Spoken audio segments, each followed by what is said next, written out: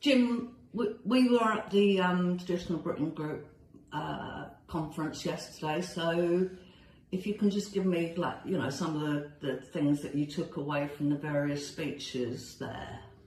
Well, the meeting started with a very forceful presentation by David Clues, who actually I've been interviewed by for Unity News a year or two ago.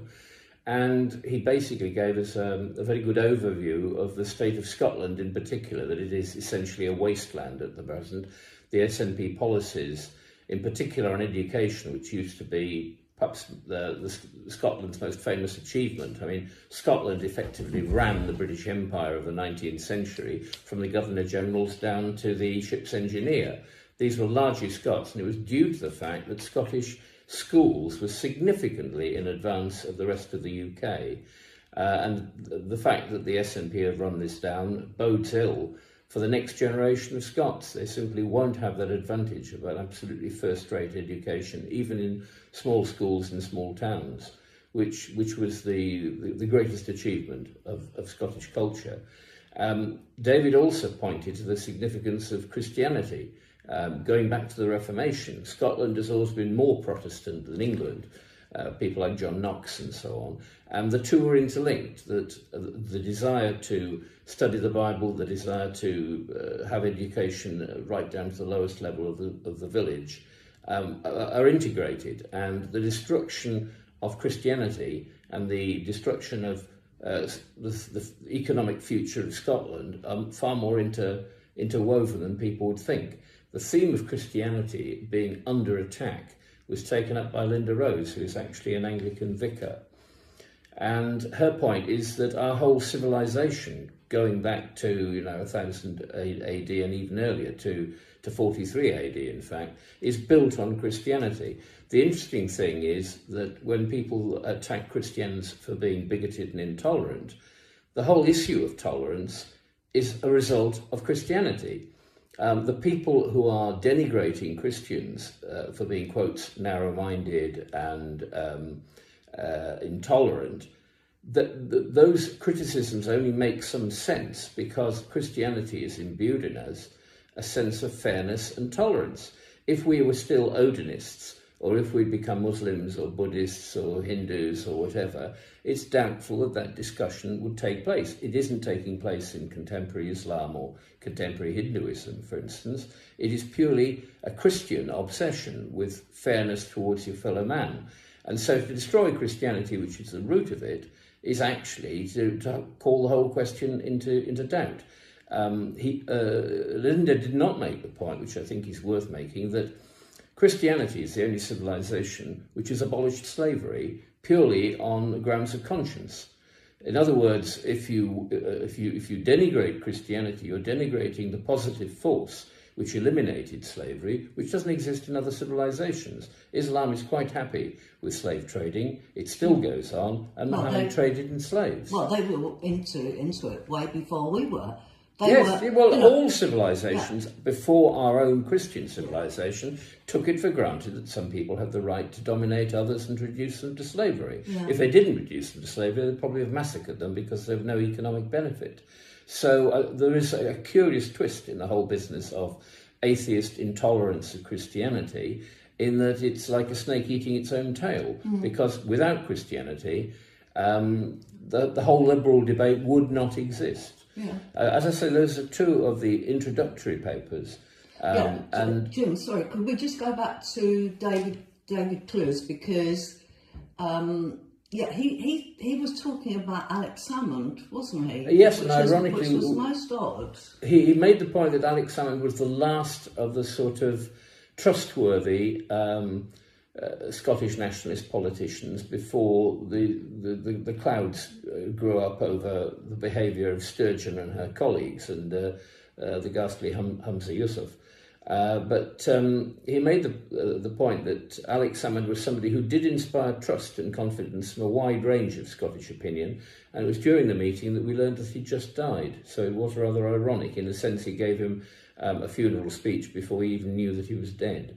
But it shows what respect Salmond had, and the fact that there is no real replacement for him, a trustworthy Scottish nationalist whose views on the Union maybe controversial with those of us that are unionists, but you couldn't argue of having sort of malicious or ulterior motives. He was doing it on the grounds that it would be better for Scotland, in his opinion. Those were two of the papers, as I say, that were most interesting, and they were right at the beginning, David Clues and Linda Rose. And then there was a third one, which was rather more controversial, possibly the most controversial paper, which was Viscount's and David's. And his was a very forceful attack on the fact that the grooming scandal has still not been adequately resolved. Well, it's actually still going on. It's still going on. Yeah, it's still but going we know on. there were 1,400 victims in Rotherham alone. He estimated that probably 100,000 or more. How many people have been sent down for those crimes? Not many. Only a handful. And the complicity of the establishment in this is just as bad as the poison blood scandal, how haemophiliacs and other people were treated with blood which was known to be contaminated, which was bought from suspect sources in the United States. With the postmaster scandal, there's a whole succession of these. In each one, the government, the local authorities, the police, every authority you could think of, behaves in a disgraceful fashion, hoping that the problem will go away, that they can roll the can down the road, and that some other government will have to pay out the compensation which is due, or even investigate the problem in the first place and recognise it. And it's a sad reflection on the state of the establishment. One can't help thinking again of Linda Rose and David Clues. And is this because we have an atheistic establishment that frankly hasn't got any moral compass anymore? Yeah. It's not rooted in Christianity. Can you imagine Disraeli or Gladstone or any of the great figures of the 19th century subscribing to these sorts of attitudes, i.e., let's hope it'll become somebody else's problem and we don't have to pay out any money. In the end, the victims will die off of their own accord. All we have to do is outlast them and we don't have to shell out anything. That's so cynical. Jim, it's not just, it's worse than losing Christianity. The establishment is now actively persecuting Christians, and they're the only ones that seem to be singled out for the special. Muslims seem to just... Nobody's going to arrest a Muslim street preacher for quoting from the Quran.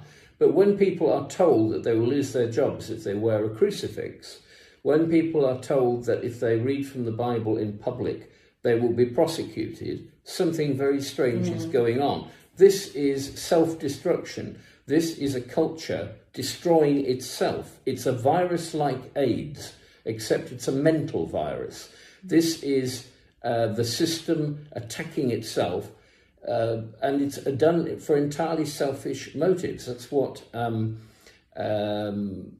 of the other speakers brought out, is that this is not, whenever you hear that it's for the good of the public, you know that it's actually it's something bad is coming down the road. I can't remember who it was. It was something like Ralph Waldo Emerson or something who said, whenever a man comes towards you saying he's going to do something which is for your good, be very, very suspicious. And that is borne out.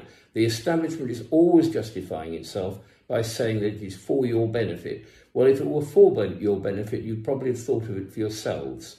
It is when the establishment says it's doing you good, it's doing you harm. It's as simple as that, because the establishment cannot be trusted. It's got no moral compass. It is purely self-seeking. Jim, there was also there were two AFD speakers, I believe.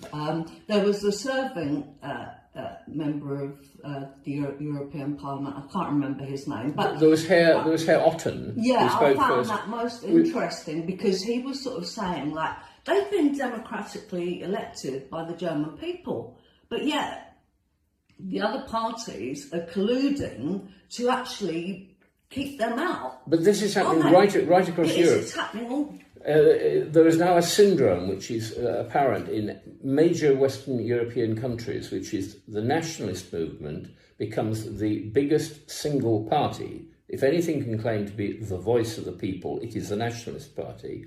But it is denied power. That has happened several times in France, where Le Pen has been held off by an electoral system which is specifically designed by Mitterrand back in the 70s to keep the National Front from ever achieving power. That's why it occurs in two stages. They know that the National Front are going to do very well until they can persuade all the other parties to gang up against them. That's what's happening to the Alternative für Deutschland, to the Austrian Freedom Party, to Vlaams Belang. The only exceptions, paradoxically, are Sweden and Denmark, where the nationalists have been kept to a relatively low vote, though still a significant one, because the Social Democrats or whoever's in power, the left of centre governments, have simply wholesale adopted their policies. In other words, they're basically saying, we don't mind changing our principles as long as it keeps us in power and keeps the nationalists away from power. But we don't mind standing our principles on their heads if that's what the people want. Paradoxically, that is a form of democracy. It's not very fair to the nationalists, but if their principles are in effect being adopted, whether they like it or not, by the existing governments, then at least those changes are being made. And the interesting thing is that the concept of remigration, which we would have called repatriation, which was a policy of, for instance, voluntary repatriation was a Tory policy for many decades through the 60s and 70s when I was growing up, that is now being spoken of again, because quite simply the numbers are too much for Western Europe to absorb and maintain its identity, unless you want Europe to become Eurabia and semi-Muslim, which would change our entire culture, make it unrecognisable. It is not a coincidence that democracy and Christianity are strongly linked, because, as I say, it provides the preconditions without which a democracy is just a sham. We have so-called democracies in other parts of the world, but they don't function as democracies because the cultural attitudes are quite different. They're still winner takes all. Well, thank you for your thoughts there, Jim, and I'm sure that our members will find your points there very interesting. And as I said, we look forward to the next conference next year. Thank you. Thank you very much.